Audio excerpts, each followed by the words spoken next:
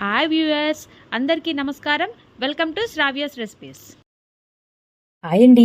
ఇవాళ మన recipe peanut rice.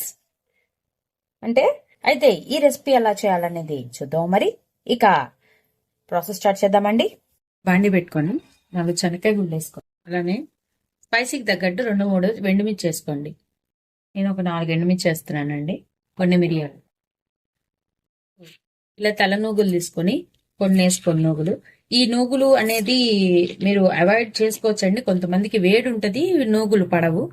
దాని బదులు మామూలుగా ఇలా ధనియాలు వేసుకోవచ్చండి. దాని బదులు ధనియాలు వేసుకోవచ్చు, లేకపోతే ఇలా తెల్ల నూగులు వేసుకోవచ్చు.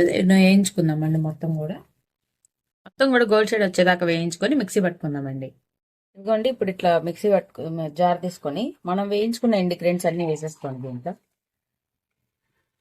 మొత్తం కూడా వేసేసుకొని ఇట్లా 4 వెల్లుల్లి రెమ్మలు వేస్తున్నాను. వేయించి ఇప్పుడు మనం గ్రైండ్ చేసుకుందామండి. ఇదిగోండి, ఇట్లా పౌడర్ చేసుకొని పక్కన ఉంచుకోవాలండి. నెక్స్ట్ ప్రాసెస్ ఏంటి చూద్దాం. మరి ఇప్పుడు బండి పెట్టుకొని ఆయిల్ పోసుకుందామండి. రైస్ ఎంత పెట్టుకున్నారో దానికి సరిపడా ఆయిల్ పోసుకోండి. తాలింపు గింజలు 1 స్పూన్ తాలింపు గింజలు వేస్తున్నా, కొంచెం జీలకర్ర వేస్తున్నా అండి, కొంచెం పచ్చిపప్పు, ఒకే ఒక్క ఎండుమిర్చి చేస్తున్నానండి. ఆల్రెడీ నేను దాంట్లో వేసా కాబట్టి మీకు ఇది ఆప్షనల్ అండి. కావాలంటే వేసుకోవచ్చు, లేకపోతే లేదు. గోల్డ్ షేడ్ వచ్చేదాకా వేయించుకుందామండి మొత్తం. ఇప్పుడు కొంచెం శనక్కాయలు వేస్తున్నానండి, మొత్తం కూడా వేయించుకుందాం. దాంట్లో కొంచెం పసుపు వేస్తున్నా. ఇది ఆప్షనల్ అండి, మీరు కావాలంటే వేసుకోవచ్చు, లేకపోతే లేదు. నేనైతే పసుపు వేస్తున్నా. కాస్త పచ్చిమిరపకాయలు ఇలా పొడుగ్గా పులిహారకి తరుపుకోవాలండి. మీరు కరివేపాకు వేసుకోండి. నేను కరివేపాకు వేయలేదు, మీరు కరివేపాకు వేసుకోండి. ఇవ్వండి, ఉల్లిపాయ కూడా వేసుకోవచ్చు అండి. దీంట్లో ఉల్లిపాయ అనేది వేసుకోవచ్చు. అంటే లంచ్ బాక్సులు కదా, బాగుంటాయో లేదో తెలియదు. ఉల్లిపాయ అయితే వేసుకోవచ్చు, చూసుకొని వేసుకోండి. ఇప్పుడు మనము వండుకున్న రైస్ వేసేసుకున్నామండి.